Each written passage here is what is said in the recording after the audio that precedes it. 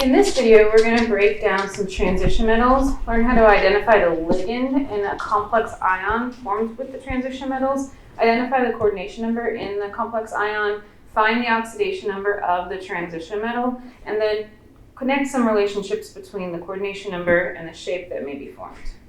So let's start with the iron attached to the water. The first thing I want to go through is how to identify the ligand. So the transition metal is going to be attached to an electron-dense substance in any complex ion. So what we're looking for is the substance that's not a transition metal that's attached to the transition metal. And it will always be something that has a lot of electrons. So in this case, we have water as the ligand, H2O, which will have two lone pairs on the oxygen. So that's our electron-dense substance that's attached to the iron. On the next one, I see a chlorine ion, actually several chlorine ions that are attached to the copper.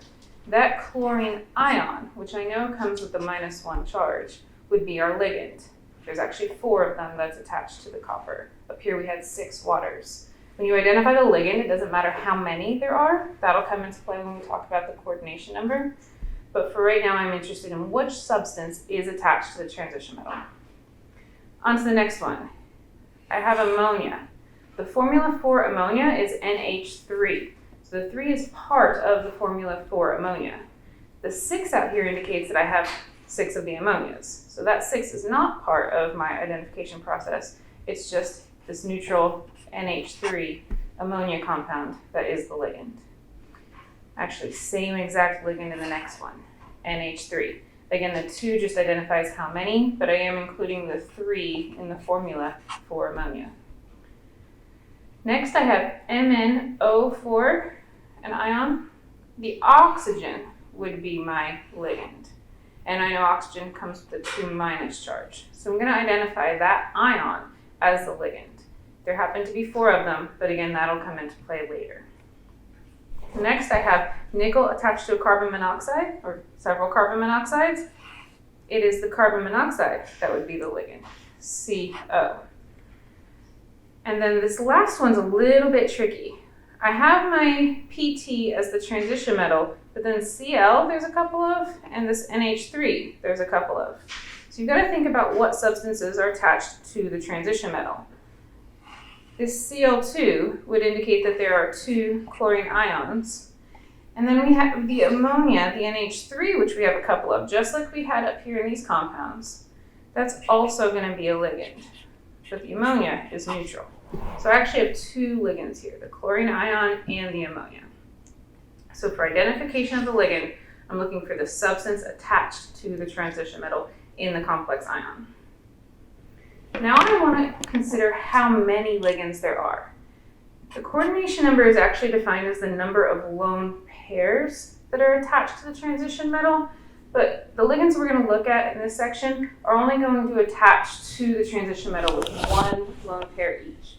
So really we can translate that very simply. How many ligands are there? As long as you don't have any double attachments, it's really all you have to determine. So we have 6 waters from our first example. So the coordination number will be 6. The next example, I have 4 of the chlorine ions. So the coordination number will be 4. In the next one, I have 6 ammonias attached to the cobalt. So the coordination number will be 6. Next, I only had 2 ammonias attached to the silver. So the coordination number is 2.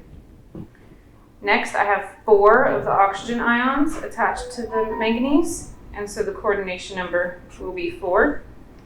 And again, I have 4 different ligands, but still 4 ligands attached to nickel. 4 of these carbon monoxides, again, the coordination number will be 4. When there are multiple ligands, you have to add them all up, get the total amount of ligands, the total number of lone pairs attached to the transition metal. So it'll be not only the 2 chlorines, but also the 2 ammonias, for a total of 4 ligands, a coordination number of 4. The coordination number does have a pattern in what shapes could be possible. Anytime you have a coordination number of 6, the shape will be octahedral. So I'm going to fill that in for both of my substances that have a coordination number of 6. Whenever you have a coordination number of 2, we know it's linear. How else could 3 substances line up? Linear. Then we have a few options with the coordination number of 4. It could be either tetrahedral or square planar. And it actually has more to do with what the transition metal is than the substances attached. We'll get into that in chapter 4. For right now, I'm going to go ahead and tell you this last one is the only one that ends up being square planar. And that's because this PT has an expanded octet. For the other 4s, I'm going to fill in tetrahedral.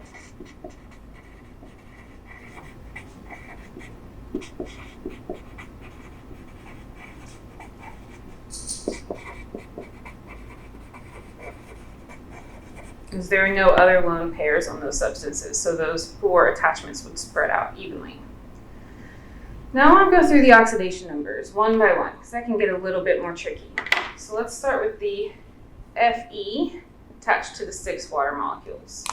I know that water totally is neutral when I add up the oxidation numbers of the hydrogen and water, +1, twice, and -2. It's net of 0. Even though I have 6 of them, 6 zeros is still 0. To get the oxidation number of the iron, I want to add up to the charge of the total complex ion, which in this case is +3. So what plus 0 equals +3? Well, of course, +3. So the oxidation number for iron is +3 in the hexahydrated compound. On to the copper chloride. In this case, I know chlorine has a -1 charge. However, there are 4 of them, so that's a total of -4. The charge I'm trying to add up to this time is a -2. So what would be the charge then for my copper if I have a -4 from my anions and I'm trying to get to a -2? It would need to be +2. So the oxidation number for the copper in that compound is +2. On to our cobalt compound. Ammonia, I know, is a neutral compound, just like water. So even though there's 6 of them, it's still nothing from the anion part. The total charge is +3. So what is it that if I add 0 gives me +3? Of course, +3. So the oxidation number for the cobalt compound would be +3. Onto my silver compound. Again, ammonia I know is neutral. This time there was only 2 of them, but no matter how many there are, if there's 0 times anything, it's still 0. The total complex ion charge in this case is +2. So I'm trying to figure out the charge of silver. What plus 0 equals 3? The silver would have, oh, not +2, or, sorry. The total charge, no, I copied this down wrong. I'm sorry, guys. I was like, silver can only be +1. So the total charge, if you look in your notes, is actually +1 of this compound. Let me just start over. AgN, fun times. AgNH3, 2. The entire thing has a charge of +1. So again, the ammonia is 0. Twice is still 0. I'm trying to add up to +1. So what would be the charge of silver? +1. This is actually the only oxidation number of silver, which is how I caught my mistake. So the charge for silver would be +1. On to the MnO4, which would have a -1 charge overall. So the oxygen is always, or usually -2, but I have 4 of them, so that's a total of -8. I wanted to add up to a -1 this time, so then the Mn must be +7. You may remember that's the only transition metal that we went over that could have an oxidation state of +7. So for the manganese, +7 oxidation number. On to the nickel. This is an interesting one. The carbon monoxide is a neutral molecule. 4 of them still neutral. There is no total charge on this compound. So what is it +0 that gives 0? Still 0. So the oxidation number for nickel is actually 0. 0 throws everyone off, but it actually comes off more often than you think.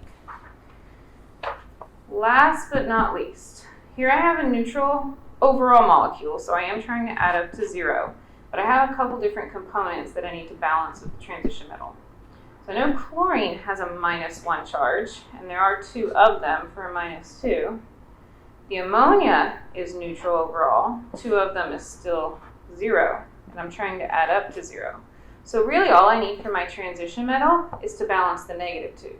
So my PT would be a +2 for my final oxidation number. And there we have a completed table. Just to recap, to identify the ligand, you're looking for the substance attached to the transition metal. To identify the coordination number, usually, as long as they're attached with a single lone pair, you're just identifying the number of ligands on the transition metal. Technically, it's the number of lone pairs attached to the transition metal. To identify the oxidation number, you're going to have to work backwards. So we started with the compounds that we knew what the oxidation numbers would be, and we worked into what would balance, creating the total charge of the complex ion or the neutral compound. To figure out the shape, we tied that to the coordination number. And in chapter 4, we'll go back over what might differentiate some of the shapes, like the square planar shape versus the tetrahedral shape. But for now, being aware of some of the patterns is all we really need to worry about.